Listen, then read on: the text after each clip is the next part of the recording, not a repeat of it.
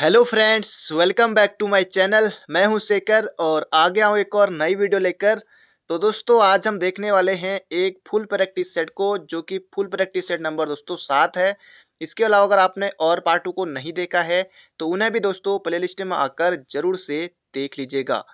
और दिन दोस्तों ये हमारा संडे को आता है और संडे को दोस्तों यानी कि कल को आपके लिए लाइव क्विज रहेगी। और पहले दोस्तों लाइव क्विज रहेगी रात 8 बजे। उसके बाद सिल्वर प्ले बटन दोस्तों हमारा आ चुका है, वो मैं आपको दिखाऊंगा उसके बाद अनबॉक्सिंग करके। और भी बाकी चीज़ें आपको बताऊंगा। बाकी जो भी आपके क्वेश्चन होंगे आगामी एग्जाम को लेकर वो भी आप दोस्तों पूछ सकते हैं। तो चलिए दोस्तों शुरू करते हैं। पहला प्रश्न है, वीणा पाणी पर्यायवाची शब्द है। रंबा, लक्ष्मी, कमल या फिर भारती। अब दोस्तों ये जो वीणा पाणी है ये किसका पर्यायवाची है? जैसे आपको बता दोस्तों, वीणा पाणी होता है सरस्वती का। तो सरस्वती का दोस्तों और भी दूसरा आपको पर्यायवाची यहाँ पर ढूंढना होगा। कमल हो नहीं सकता, लक्ष्मी होगा नहीं, ये होगा दोस्तों यहाँ पर भारती। तो ये आपको बिल्कुल याद रखना है, एग्जाम में दोस्तों पूछा जा सकता है। तो वीणा पाणी किसका है? ये भारती का है। और भी दोस्तों आजकल आयु इस तरह के प्रश्न पूछता है, वरना सरस्वती होता तो सभी के मन में आ जाता जल्दी से, लेकिन आपको उसके और पर्यायवाची भी याद करने होंगे। अगला प्रश्न है, अमित का विलोम शब्द है। अमित, कुमित हो नहीं सकता, दुर्मित, सुमित या फिर परिमित। तो अमित का दोस्तों क्या होगा? सुमित दोस्तों नहीं होगा, ये तो भी नाम हो जाएगा अमित सुमित। ये दोस्तों परिमित। तो ये हो जाएगा हमारा ऑप्शन नंबर सी, बिल्कुल सही उत्तर दोस्तों। बढ़ते हैं अगले प्रश्न की तरफ। अगला प्रश्न है दोस्तों, आज क्वेश्चनों की संख्या ज़्यादा रहती है, इसमें हम सीधे प्रश्न और सीधे उत्तर करेंगे। अगला प्रश्न है, क्रिया का मूल रूप कहलाता है। जबरदस्त क्वेश्चन दोस्तों, एग्जाम बन सकता है। क्रिया का मूल रूप धातु, क्रिया विशेषण, कारक या इनमें से कोई नहीं। तो ये हो जाएगा क्रिया का मूल रूप क्या होता है? धातु। धातु धातु धातु याद रखेगा। अगला प्रश्न है, तीनों भाई हमसे मिलने आए। तीनों भाई या चारों भाई हमसे मिलने आए, इनमें से तीनों में विशेषण है। तीनों में, ये आपको दोस्तों यहाँ पर बताना है। तीनों, तीनों, चारों। आवृत्ति बोधक दोस्तों नहीं होगा, क्योंकि आवृत्ति 1 गुना, 2 गुना, 3 गुना, ये तो आवृत्ति होगा। क्रम बोधक भी 1 2 3 इस तरह से होता है। गणना बोधक या समुदाय बोधक, इनमें से आपको बताना है। तो दोस्तों तीनों, चारों, आठों, ये होगा तो समुदाय का, पूरा समुदाय का बोध कराया हो जाएगा। समुदाय बोधक संख्यावाचक विशेषण हो जाएगा। इसका सही उत्तर हमारा ऑप्शन नंबर ए। बढ़ते हैं दोस्तों अगले प्रश्न की तरफ। जबरदस्त क्वेश्चन है। अभी दोस्तों आपको इसमें हिंदी के प्रश्न तो हम देख रहे हैं अभी। इसके बाद दोस्तों आपको जीके के प्रश्न, उत्तराखंड के प्रश्न, कंप्यूटर, सब कुछ आपको दोस्तों देखने को मिलेगा। तो आप वीडियो को अंत तक जरूर देखिएगा। बढ़ते हैं यहाँ पर अगले प्रश्न की तरफ। भारतीय संविधान के अनुच्छेद 344 के तहत प्रथम राजभाषा आयोग का गठन किया गया था दोस्तों। ये यहाँ पर प्रश्न पूछा गया है। तो इसका सही उत्तर दोस्तों 1955 में बीजी खेर की अध्यक्षता में। तो ये आपको बिल्कुल याद रखना है, जबरदस्त क्वेश्चन है। 7 जून 1955 को दोस्तों प्रथम राजभाषा आयोग का गठन हुआ था, बीजी खेर की अध्यक्षता में। बहुत ज्यादा महत्वपूर्ण प्रश्न है। बढ़ते हैं अगले प्रश्न की तरफ।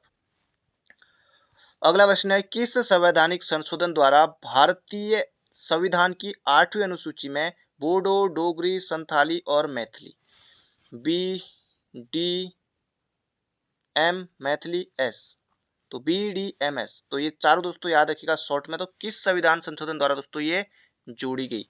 तो ये जोड़ी गई दोस्तों 92वां संविधान संशोधन के द्वारा। 21वें संविधान संशोधन के द्वारा जोड़ी गई दोस्तों कौन सी? सिंधी। 71वें संविधान संशोधन के द्वारा जोड़ी गई थी दोस्तों कौन सी? नमक। नमक यानी कि नेपाली, मणिपुरी और कोकड़ी। और यहाँ पर उत्तर होगा बोडो, डोगरी, संथाली, मैथिली। 92वां संविधान संशोधन 2003 के द्वारा जोड़ी गई थी। बढ़ते हैं अगले प्रश्न की तरफ। अगला प्रश्न है, पर उपदेश कुशल बहुतेरे का अर्थ है। बिन मांगे सलाह देना, उपदेशों को, दूसरों को उपदेश देना, दूसरों को उपदेश देने को आसान समझना, या बिना सोचे दूसरों की सलाह पर काम करना, या फिर दूसरों की बात को शीघ्र मान लेना। दोस्तों इसका सही उत्तर होगा दूसरों को उपदेश देने को आसान समझना। पर उपदेश कुशल बहुतेरे, ये हो जाएगा। अगला प्रश्न है, रक्त है या नसों में क्षुद्र पानी, मतलब वीर रस वाला भाव। रक्त है या नसों में क्षुद्र पानी, जाकर तू शीश देकर जवानी। क्या बात है, मजा आ गया पंक्तियों को पढ़कर। तो प्रस्तुत पंक्तियां किसकी हैं, ये यहाँ पर पूछा गया है। अब दोस्तों ये भी जो है सभी सिलेबस के हमारे, जैसे माखनलाल चतुर्वेदी जी हो गया, जयशंकर प्रसाद जी, सुमित्रानंदन पंत जी, सूर्यकांत त्रिपाठी नारा जी। दोस्तों इसका चतुर्वेदी का माखनलाल चतुर्वेदी की रचनाएं हैं। तो ये आपको बिल्कुल याद रखना, ये भी हमारे सिलेबस में है। और एक भारतीय आत्मा कहा जाता है इनको, एक भारतीय आत्मा कहा जाता है माखनलाल चतुर्वेदी को। बढ़ते हैं अगले प्रश्न की तरफ।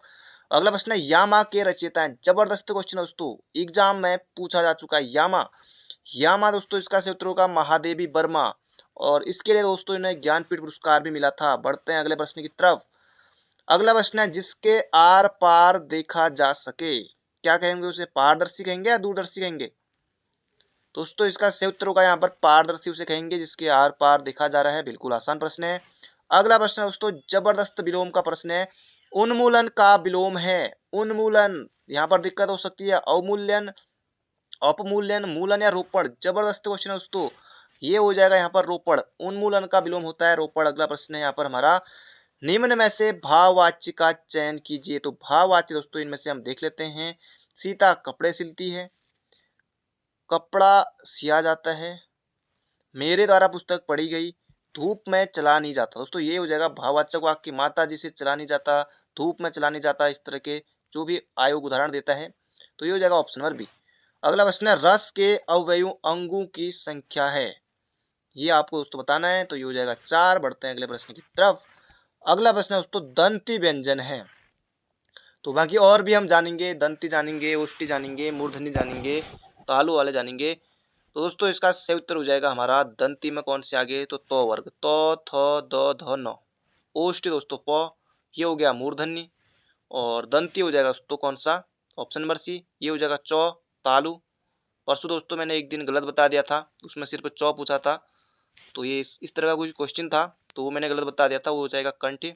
बाकी मैंने ध्यान नहीं दिया था, अच्छे से नहीं पढ़ा था, तो बाकी कई बार हो जाती गलती। तो ये हो जाएगा दोस्तों कौन सा, दंती हो जाएगा ऑप्शन नंबर सी। अगला प्रश्न है दोस्तों दिए गए शब्दों में से सही युग्म का चयन करें। तो कर लेते हैं इसमें। आमदनी, शादी किस भाषा का शब्द है दोस्तों, फारसी है। मुकदमा, मुहावरा अरबी भाषा के शब्द हैं। उर्दू, लाश तुर्की के हैं, या उपयुक्त सभी सही युग्म है, ये आपको बताना है। दोस्तों कई बार सिर्फ एक नंबर के लिए यही आ जाएगा कि मुहावरा किस भाषा का शब्द है, अरबी भाषा का।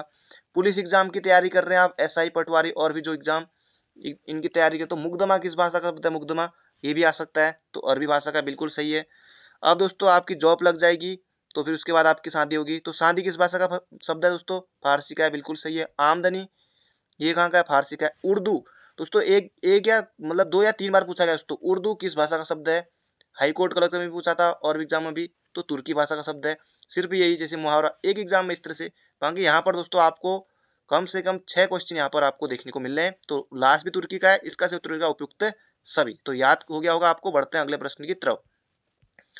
अगला प्रश्न है अलंकार का प्रश्न है। पापी मनुज भी आज मुख से राम नाम निकालते हैं, क्या बात है, मजा आ गया। इस काव्य में पंक्ति में, इस काव्य पंक्ति में अलंकार है, तो इसका सही उत्तर होगा दोस्तों उत्प्रेक्षा।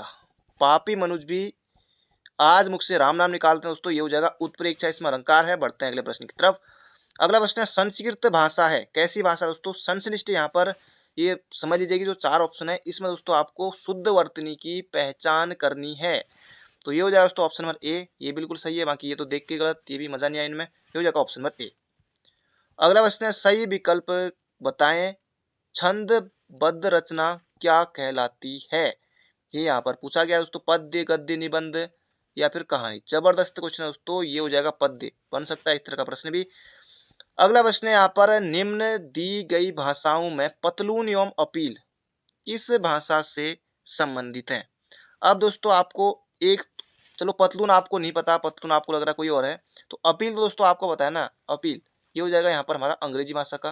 बाकी पतलून दोस्तों ये भी अंग्रेजी का होता है, पतलून, ये हो जाएगा ऑप्शन नंबर बी। अगला प्रश्न है इनमें से अर्थ के अनेकार्थक शब्द क्या है। जबरदस्त क्वेश्चन है, इनमें आपको बताना दोस्तों, इसका सही उत्तर होगा कारण, मतलब और धन, तो ये हो जाएगा दोस्तों हमारा ऑप्शन नंबर ए। जबरदस्त क्वेश्चन है, अनेकार्थी शब्द दोस्तों ये भी हमारे सिलेबस में दिया हुआ है, तो ये हो जाएगा ऑप्शन नंबर ए। अगला प्रश्न है यहाँ पर हिंदी बीसी क्वेश्चन है, अभी इसके बाद उत्तराखंड आएगी, तो बने रहेगा अंत तक। अभी तक आपने दोस्तों लाइक नहीं किया, तो एक लाइक आपको जोर से करना है।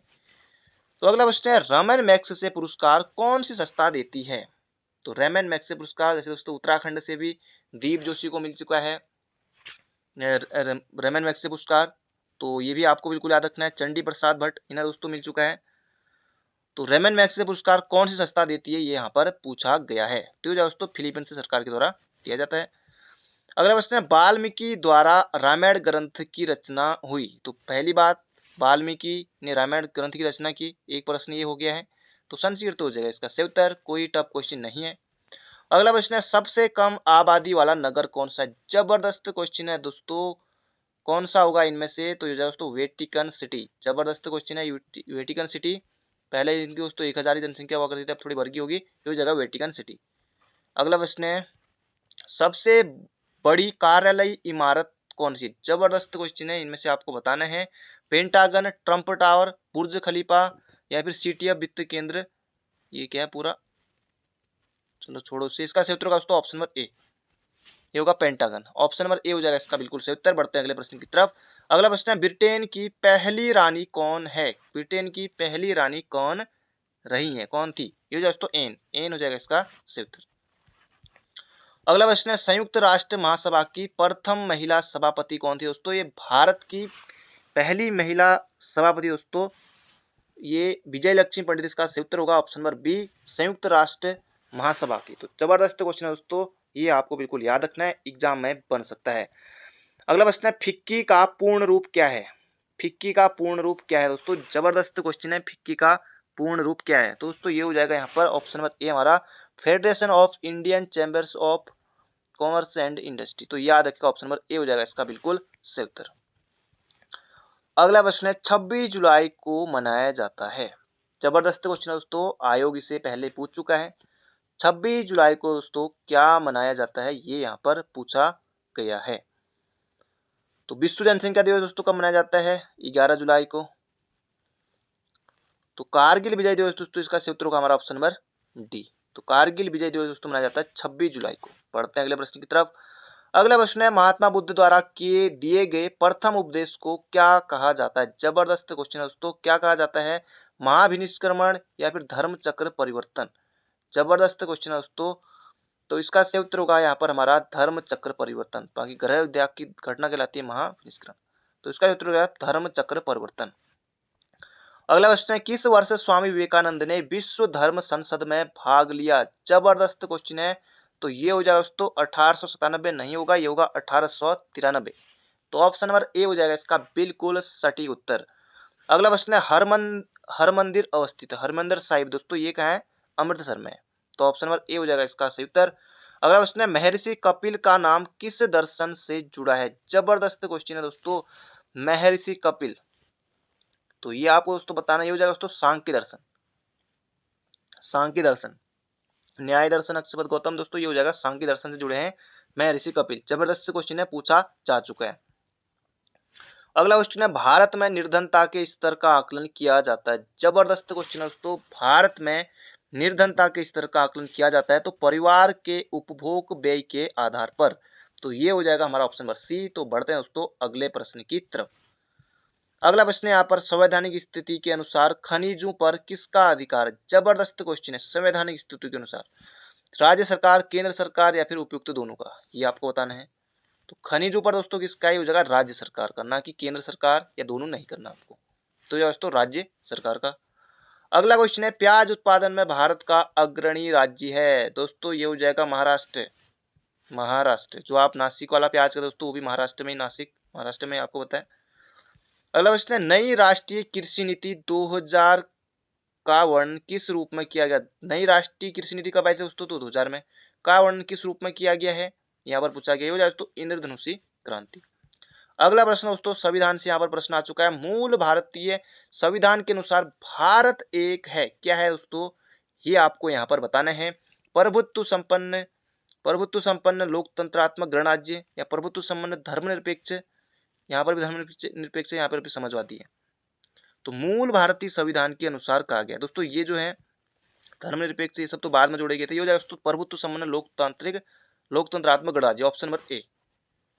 अगला प्रश्न है यहाँ पर हमारा, ये 37वां हमारा हो चुका है। बढ़ते हैं अगले प्रश्न की तरफ। अगला प्रश्न है, संघ की कार्यपालिका शक्ति राष्ट्रपति में निहित होगी। बिल्कुल सही बात है, जिनका प्रयोग वह स्वयं या अपने अधिकारों के द्वारा करेगा, ये आपको यहाँ पर बताना है। तो अनुच्छेद दोस्तों किसमें है? अनुच्छेद 52 दोस्तों नहीं होगा, अनुच्छेद 52 में राष्ट्रपति के बारे में बताया गया है।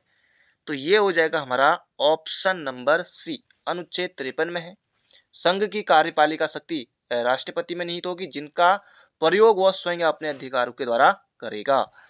अगला प्रश्न है, भारतीय संविधान की कौन सी विशेष व्यवस्था इंग्लैंड से ली गई है? जबरदस्त क्वेश्चन है दोस्तों, ये हो जाएगा संसदीय प्रणाली हमने ब्रिटेन से ली है। बढ़ते हैं अगले प्रश्न की तरफ। अगला प्रश्न है, संविधान में उल्लेखित मौलिक कर्तव्य किसके लिए हैं? तो दोस्तों ये सभी व्यक्तियों के लिए या फिर सभी नागरिकों के लिए? ऑप्शन तो देखिए, केवल गैर नागरिकों के लिए हो नहीं सकता, गैर नाग केंद्रीय नहीं, ये भी नहीं होगा। तो सभी नागरिकों के लिए दोस्तों, मौलिक कर्तव्य जो भी है वो सभी नागरिकों के लिए। अगला प्रश्न है, निम्न में से कौन एक मौलिक कर्तव्य नहीं है? तो मौलिक कर्तव्य नहीं है दोस्तों, ये यहाँ पर पूछा गया है। मौलिक कर्तव्य को दोस्तों शामिल किया गया था कब? 1976 में सरदार स्वर्ण सिंह समिति की अनुशंसा पर। तो राज्य का आज्ञा का पालन दोस्तों ये तो है, समाज का आज्ञा का पालन बिल्कुल है, बिल्कुल करना चाहिए, कानून का आज्ञा का पालन बिल्कुल सही है, ये भी करो। करो क्या था दोस्तों, ये नहीं होगा, ऑप्शन नंबर डी। अगला प्रश्न है, लगातार दूसरी बार प्रधानमंत्री पद पर आसीन होने वाले व्यक्ति हैं, कौन है दोस्तों? ये आपको यहाँ पर बताना है। जवाहरलाल नेहरू, अटल बिहारी वाजपेयी, इंदिरा गांधी, ये तो सभी हैं। ये हो जाए दोस्तों इनमें से सभी, ऑप्शन नंबर डी, क्योंकि सभी है ना, सही है, सभी ऑप्शन नंबर डी। अगला प्रश्न है यहाँ पर हमारा, प्लेट विवर्तनिक सिद्धांत का प्रतिपादन किसने किया था? ये यहाँ पर दोस्तों पूछा गया है। ये हो जाएगा हैरी हैयस ने किया था प्लेट विवर्तनिक सिद्धांत का प्रतिपादन। अगला प्रश्न है दोस्तों, कुछ दिन पहले इस तरह का प्रश्न आया था, अगर आपको याद हो तो, कर्क रेखा कहाँ से नहीं गुजरती है? तो भारत के दोस्तों 8 राज्यों से कर्क रेखा गुजरती है, ये आपको पता है। तो इनमें से आपको बताना है, क्या उसमें त्रिपुरा आता है? बाकी देख तो दोस्तों एक तो राज्य दिया हुआ है, बाकी 3 क्या दिए हुए हैं यहाँ पर? देश दिए हुए हैं। तो बांग्लादेश से गुजरती है, त्रिपुरा से गुजरती है, म्यांमार, दोस्तों ये हो जाएगा हमारा चीन, ऑप्शन नंबर डी। अगला प्रश्न है, मानचित्र पर स्थित अक्षांश एवं देशांतर रेखाओं के बारे में निम्न में से कौन सा कथन सत्य है? तो दोनों भूमध्य रेखा पर मिलती दोस्तों ऐसा नहीं है, ये हो जाएगा दोनों एक दूसरे को लंबवत काटती हैं, ऑप्शन नंबर बी हो जाएगा इसका सही उत्तर। अगला प्रश्न है, लेब्राडोर की ठंडी जलधारा और गल्फ स्ट्रीम की गर्म जलधारा कहाँ एक दूसरे से मिलती हैं? जबरदस्त क्वेश्चन दोस्तों, तो ये हो जाएगा उत्तरी अमेरिका के उत्तरी पूर्वी तट पर। जबरदस्त क्वेश्चन याद रखिएगा, लेब्राडोर की ठंडी जलधारा और गल्फ स्ट्रीम की गर्म धारा ये मिलती है कहाँ पर? उत्तरी अमेरिका के उत्तरी पूर्वी तट पर। तो दो दो बार दोस्तों इसलिए पढ़ता हूँ ताकि आपको प्रश्न याद हो सके। अगला प्रश्न है, कैलोरीमीटर से क्या मापा जाता है? तो ये दोस्तों मापते हैं हम ऊष्मा की मात्रा कैलोरीमीटर से। अगला प्रश्न है, हिमालय की सबसे पूर्वी चोटी कौन सी है? ये आपको यहाँ पर बताना है। नामचा, बरुआ, कंचनजंगा, अन्नपूर्णा या फिर एवरेस्ट। तो यहाँ पर पूछा गया, तो हिमालय की सबसे पूर्वी पूछा दोस्तों, पूर्वी प्रश्न में देखिए पूर्वी, तो ये दोस्तों नामचा बरुआ, ऑप्शन नंबर ए। अगला प्रश्न है यहाँ पर, किस जैन ग्रंथ में चंद्रगुप्त मौर्य के जैन धर्म अपनाने का उल्लेख मिलता है? दोस्तों किस में मिलता है? तो ये हो जाएगा परिशिष्ट पर्वन, तो ये हो जाएगा ऑप्शन नंबर बी। अगला प्रश्न है, लाइफ डिवाइन नामक पुस्तक के लेखक कौन है? जबरदस्त क्वेश्चन है, महात्मा गांधी, राधा कृष्णन या फिर रविंद्रनाथ टैगोर या फिर अरविंद घोष। तो लाइफ डिवाइन दोस्तों पुस्तक है अरविंद घोष की, तो ऑप्शन नंबर डी बनेगा इसका बिल्कुल सही उत्तर। दोस्तों 50 क्वेश्चन हो गए हैं, तो उत्तराखंड आने वाले हैं इसके बाद, तो बने रहेगा अंत तक। अभी तक लाइक नहीं किया तो लाइक जरूर से कर दीजिए। अगला प्रश्न है, बंगाल की एशियाटिक सोसाइटी की स्थापना दोस्तों कब हुई थी? तो 1784 में हुई थी। के प्रवर्तक कौन थे? तो ये दोस्तों सर विलियम जोन्स, तो इनका नाम आपको दोस्तों बिल्कुल याद रखना है। तो option number B, Asiatic Society of Bengal की स्थापना 1784 में सर विलियम जोन्स के द्वारा की गई। अगला प्रश्न है, भारत में पहला समाचार पत्र किसने शुरू किया था? जबरदस्त क्वेश्चन है दोस्तों, बिल्कुल धांसू प्रश्न है। ये हो जाएगा जेम्स ऑगस्टस हिक्की, तो ये हो जाएगा ऑप्शन नंबर डी। अगला प्रश्न है, निम्न में से किसे इस्पात का चौखटा स्टील फ्रेम की संज्ञा दी गई है? जबरदस्त क्वेश्चन है दोस्तों, भारतीय नागरिक सेवा, तो ये हो जाएगा ICS, इंडियन सिविल सर्विस, तो ये भारतीय नागरिक सेवा, ये हो जाएगा ऑप्शन नंबर ए। अगला प्रश्न है, अमेरिका को किसने खोजा? तो वास्को डी गामा दोस्तों हो नहीं सकता, क्योंकि वास्को डी गामा भारत को खोजने निकला था। तो ये हो जाएगा दोस्तों हमारा इसका जो सही उत्तर बनेगा कोलंबस। अगला प्रश्न है, पास्कल है। अब दोस्तों पास्कल क्या है? दोस्तों ये आपको बताना है, कंप्यूटर का प्रश्न है यहाँ पर। तो पास्कल दोस्तों कंप्यूटर की क्या है? एक भाषा है। तो पास्कल क्या है दोस्तों? पास्कल कंप्यूटर की भाषा है। अगला क्वेश्चन है माइक्रोसॉफ्ट है, क्या है दोस्तों माइक्रोसॉफ्ट है? यहाँ पर आपको बताना है सॉफ्टवेयर विकास करने वाली एक संस्था है दोस्तों, क्या? माइक्रोसॉफ्ट। सॉफ्टवेयर विकास करने वाली एक संस्था कौन है दोस्तों? माइक्रोसॉफ्ट। तो ऑप्शन नंबर बी हो जाएगा इसका बिल्कुल सही उत्तर। अगला प्रश्न है दोस्तों, यहाँ पर है हमारा रीजनिंग का प्रश्न है, दिए गए समरूपता के आधार पर नहीं दिया गया शब्द अक्षर शब्द यहाँ पर चुना है दोस्तों। भारत बाघ दिया हुआ है, तो अमेरिका का कौन सा होगा दोस्तों पशु? ये यहाँ पर आपको बताना है। तो अमेरिका का दोस्तों कौन सा हो जाएगा? Bald angle. तो जैसे भारत का राष्ट्रीय पशु बाघ है, तो ये हो जाएगा बाल्ड एंगल अमेरिका का। अगला प्रश्न है दोस्तों, यहाँ पर दोस्तों रीजनिंग का प्रश्न है। तो इनमें से दोस्तों आपको यहाँ पर बताना है कि रेड के लिए कितना होगा। जैसे दोस्तों यहाँ पर पी दिया है, पी 16 पर होता है, और ये ए जो होता है 1 पर होता है, एम दोस्तों कितने पर होता है? 13। तो इनको दोस्तों कुल मिला के जोड़ा है कि कितने कितने होते करके, जैसे बी 2 पर, ओ 15 पर, और बाकी एक्स वाई जेड, तो वाई 25 पर, एक्स 24 पर। तो बाकी दोस्तों जोड़ लीजिएगा ये। बाकी मैं आर ए टी का, जैसे टी 20 पर होता है, तो ये 1 हो गया तो 21, तो ये होता है 18। तो दोस्तों ये बनेगा कितना? तो ये बनेगा दोस्तों 39। जोड़ लीजिएगा, 39 ही आएगा। अगला प्रश्न है, किसी निश्चित कूट भाषा में ए सी ई को 9 लिखा जाता है। देखिए 5 हो गया, 1 6 हो गया, ये 3 हो गया, तो 8 1 9। बाकी ये 5 है, जी का 7 है, 1 8 है, तो 8 5 13 दोस्तों, ये यहाँ पर इस तरह से लिखा हुआ है। और इनमें दोस्तों इनमें बताना फेस का क्या होगा, फेस का क्या होगा यहाँ पर आपको बताना है। फेस के लिए दोस्तों एफ का कितना है? 6 है। ए का कितना हो जाएगा? 1 हो जाएगा, 3 हो जाएगा, 5 हो जाएगा। तो इनमें दोस्तों जोड़ना है 7 3 10 5 15। दोस्तों 15 कहाँ पर है? तो ऑप्शन नंबर हमारा कौन सा सही होगा? सी होगा। बाकी कुल मिला के यहाँ पर बताया गया है 5 1 6 3 9। हाँ दोस्तों मैंने कुछ गलती कर दी थी शायद, तो ये 9 ही आएगा। तो ये हो जाएगा दोस्तों 15। अगला प्रश्न है, ब्रिटिश काल का अंतिम बंदोबस्त था। जबरदस्त क्वेश्चन है दोस्तों। ब्रिटिश काल का अंतिम बंदोबस्त कौन था दोस्तों? ये था 11वां। 11 दोस्तों ये 1928 में हुआ था। बाकी जो 12वां दोस्तों ये 1960 से लेकर 64 के बीच कराया था यूपी सरकार ने। अगला प्रश्न दोस्तों, यहाँ से आपके उत्तराखंड के प्रश्न शुरू हो गए हैं। अब आपको दोस्तों बिल्कुल मजा आएगा उत्तराखंड के प्रश्नों में। तो उत्तराखंड का दोस्तों पहला प्रश्न है यहाँ पर, किसे अनपढ़ अत्याचारी कुमाऊं का कुंभकर्ण की संज्ञा दी गई है? संज्ञा यानी कि दोस्तों नाम, ये किसे कहा गया है दोस्तों? ये हो जाएगा कल्याण चंद्र चतुर्थ को। तो ये हो जाएगा दोस्तों ऑप्शन नंबर सी हो जाएगा इसका बिल्कुल सही उत्तर। तो बढ़ते हैं अगले प्रश्न की तरफ। अगला प्रश्न है, चंद काल में मिझारी नामक कर किन से लिया जाता था? ये आपको यहाँ पर बताना है। मिझारी नामक कर दोस्तों ये लिया जाता था किससे? कामगारों से। भूटिया काल में दोस्तों स्वर्ण कनक धूल के रूप में लिया जाता था, ये हो जाएगा कामगारों से। अगला प्रश्न है, कुषाण वंश का प्रथम शासक कौन था? जबरदस्त क्वेश्चन है दोस्तों। कुषाण वंश का प्रथम शासक कौन था दोस्तों? कनिष्क का आपको नहीं करना है दोस्तों, ये हो जाएगा Kadphises, Kujula Kadphises, option number B. अगला प्रश्न है, खसु में यदि कोई स्त्री दूसरे व्यक्ति से विवाह कर ले तो पूर्व पति से उत्पन्न संतान को कहा जाता था दोस्तों? ये आपको यहाँ पर बताना। झटेला, नायक, टेकुआ या जेठो। तो ये दोस्तों झटेला, ऑप्शन नंबर ए होगा इसका बिल्कुल सही उत्तर। अगला प्रश्न है, निम्न में से कौन चंदू के चौथानी ब्राह्मणों में शामिल नहीं है? दोस्तों ये आपको यार बताना है दोस्तों, एग्जाम प्रश्न बनता है इनसे। यूकेपीएससी भी इस तरह के प्रश्न पूछता है, क्योंकि दोस्तों ये बुक में आपको मिल जाएगा, तो इस वजह से दोस्तों ये प्रश्न बनते हैं एग्जाम में। तो चौथानी ब्राह्मण चंदू के दोस्तों जोशी थे, बिल्कुल है। विष्णु भी थे, मंडलिया भी थे दोस्तों, ये हो जाएगा यहाँ पर हमारा करायत, कर्ण करायत दोस्तों, ये होगा ऑप्शन नंबर डी। अगला प्रश्न है, रमतुला वाद्य यंत्र के साथ किया जाने वाला नृत्य कौन सा है? दोस्तों ये रमतुला वाद्य यंत्र के साथ किया जाने वाला नृत्य दोस्तों ये है हारू नृत्य, जो कि दोस्तों होता है किसका? जौन सारियों का। तो ये भी आपको याद रखना है।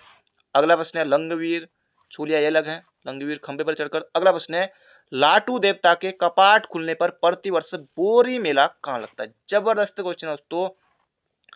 तो इसका सही उत्तर हो जाएगा बाणगांव, जो कि दोस्तों चमोली में, हमोल जो हनोल है देहरादून में, ये माड़ा चमोली में, तो नोटी चमोली दोस्तों, ये बाणगांव में, ऑप्शन नंबर सी। अगला प्रश्न है, भोटिया जनजाति के लोग अपने सगे संबंधियों को क्या कहते हैं? रिश्ता, नहीं नहीं ये नहीं होगा। तो भोटिया लोग अपने सगे संबंधी दोस्तों कहते हैं स्वारा। बाकी रोम्बा दोस्तों जाड़ की एक बोलचाल भाषा है, जाड़ भी भोटिया की उपजाति है। अगला प्रश्न है असुमेलित का चयन कीजिए। तो कर लेते हैं, असुमेलित कौन सा है इनमें से।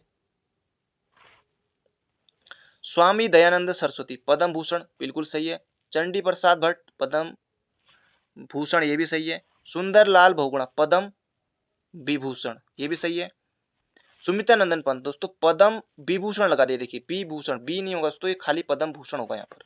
तो ये हो जाएगा हमारा ऑप्शन नंबर डी। बाकी साहित्य अकादमी मिल चुका है इनको, ज्ञानपीठ मिल चुका है, सुमित्रा नंदन पंत को मिला था पहले, तो इसका उत्तर का ऑप्शन नंबर डी। अगला प्रश्न है राज्य में कस्तूरी मृग यानी कि जो हमारा राज्य पशु है, राज्य पशु कस्तूरी मृग कितनी औसत ऊंचाई पर पाए जाते हैं, ये यहाँ पर पूछा गया दोस्तों। ये हो जाएगा 3600 से लेकर 4400 मीटर की ऊंचाई तक पाए जाते हैं कौन दोस्तों, कस्तूरी मृग। तो ये आपको याद रखना है। तो बढ़ते हैं अगले प्रश्न की तरफ।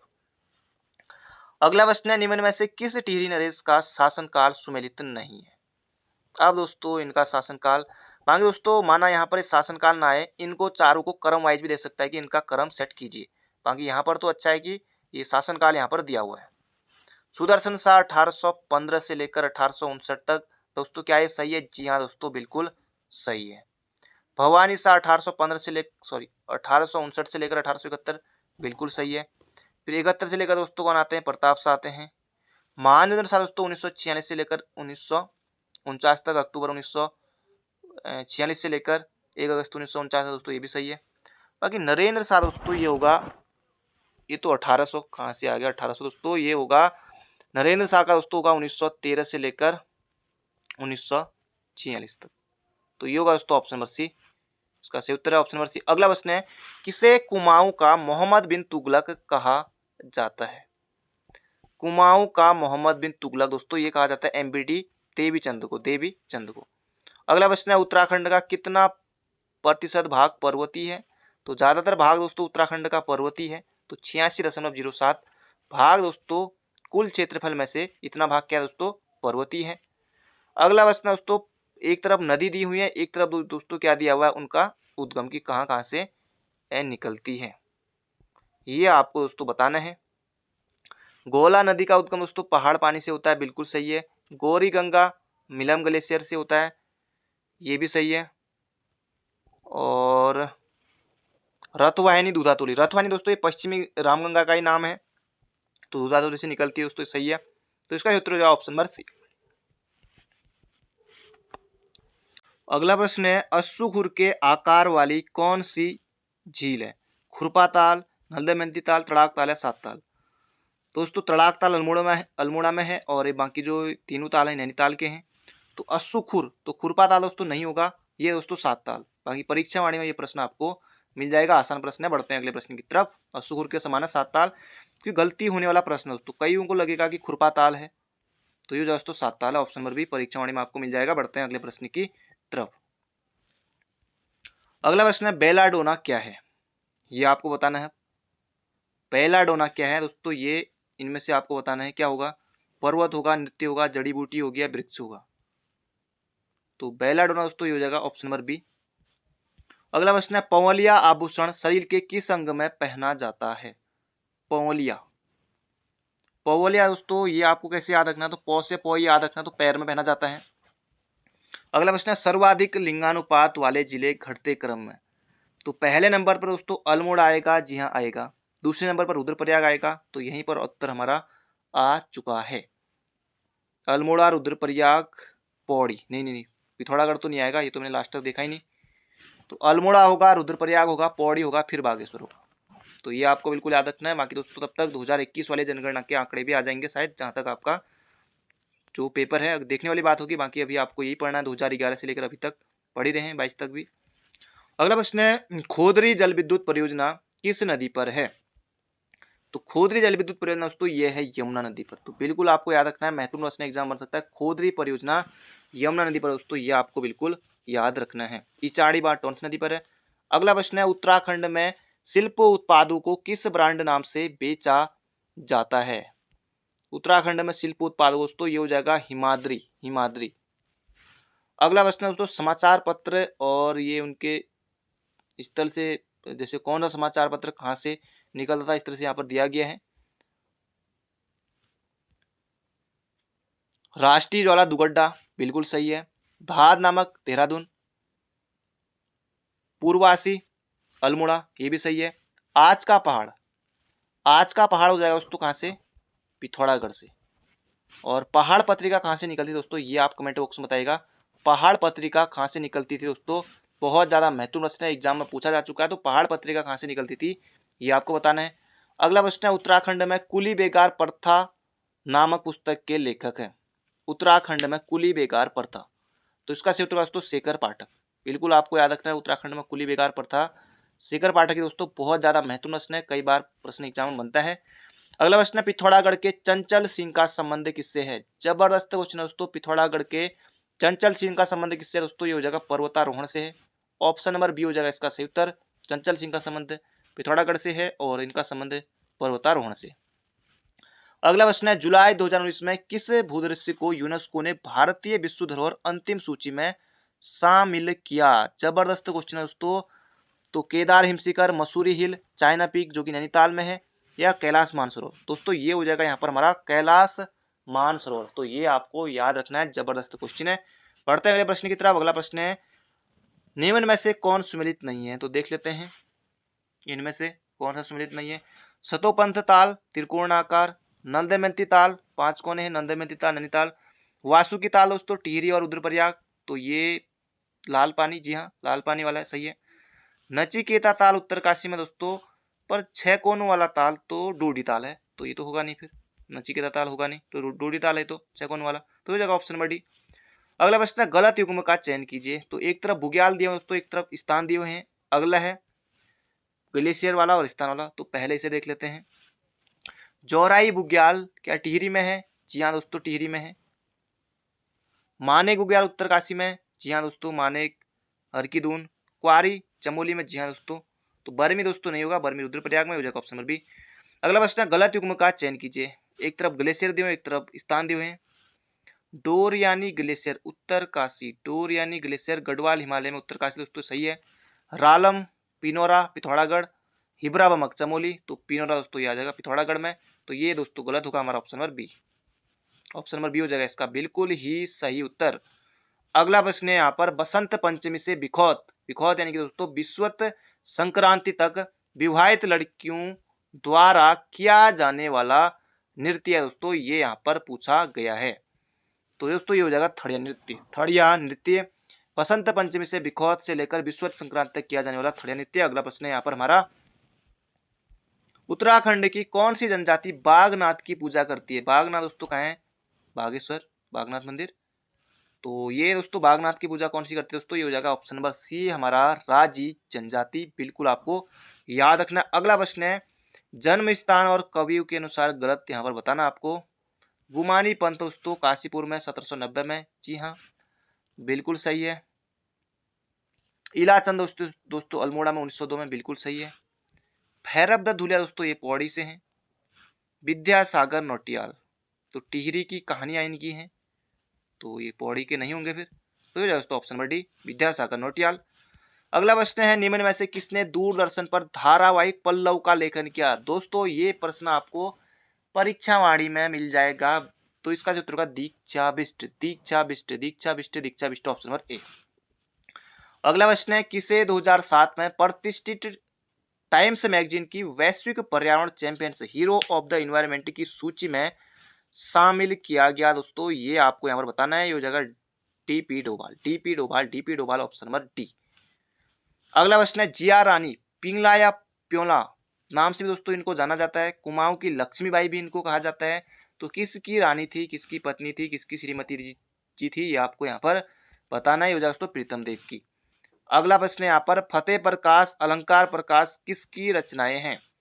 फतेह प्रकाश अलंकार प्रकाश किसकी रचना है दोस्तों, ये हो जाएगा सूरवीर सिंह पवार की है। फतेह प्रकाश अलंकार प्रकाश किसकी रचना है, तो सूरवीर सिंह की है। अगला प्रश्न है, विश्व की पहली महिला मेजर जनरल कौन है दोस्तों, ये उत्तराखंड की है। उत्तराखंड नहीं विश्व की, हाँ विश्व की तो फिर उत्तराखंड से है, तो सोच लीजिए दोस्तों, ये हो जाएगा कुमारी माया टमटा, ऑप्शन नंबर डी। अगला प्रश्न है, कुमाऊं के खतड़ुआ को अन्य किस नाम से जाना जाता है। तो खतड़ुआ दोस्तों सितंबर में होता है, तो ये बताना आपको जन्यो पुण्यो कलाई गे तैयार आठू, आठू सातों आठू दोस्तों नहीं, ये अलग है, ये जगह गाय का तैयार दोस्तों, ऑप्शन नंबर बी। इस तरह के क्वेश्चन दोस्तों आते हैं, जैसे कुछ कुमाऊं गढ़वाल के कुछ चीजें इस तरह की भी आ जाती है एग्जाम में, तो इसे कुमाऊं का यहाँ पर पूछ लिया है। अगला प्रश्न है यहाँ पर हमारा, सौका जनजाति की महिलाएं कमर पर कपड़े का बंधन बांधती है जिसे कहते हैं। तो सौका यानी कि दोस्तों जो भोटिया की ही एक उपजाति है, तो कमर पर जो एक कपड़े का बंधन बांधते हैं उसे क्या कहते हैं दोस्तों? चुंड दोस्तों नहीं कहते, पवलिया होगा नहीं, ये होगा दोस्तों जजुड़। जजुड़, ऑप्शन नंबर बी। अगला प्रश्न है, उत्तराखंड में सिंचाई अनुसंधान संस्थान कहाँ स्थित है? जबरदस्त क्वेश्चन है दोस्तों। तो उत्तराखंड में सिंचाई अनुसंधान संस्थान दोस्तों ये हमारा रुड़की में, Roorkee Roorkee Roorkee, option number A. अगला प्रश्न है, देश का पहला पॉलिनेटर पार्क बना।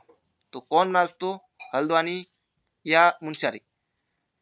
देश का पहला पॉलिनेटर पार्क दोस्तों ये होगा हल्द्वानी। अगला प्रश्न आज का हमारा आखिरी प्रश्न है, मिस उत्तराखंड 2021 कौन है? अभी 2022 का तो नहीं है फिलहाल, 2021 का आपको बताना है।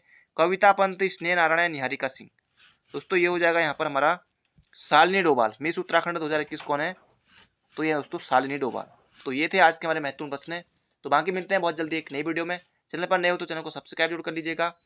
Thank you friend, thank you so much. बाकी अपना ध्यान रखिए, तैयारी करते रहिए, स्वस्थ रहिए, मस्त रहिए। पढ़ते हैं अगले नहीं, मिलते हैं बहुत जल्दी।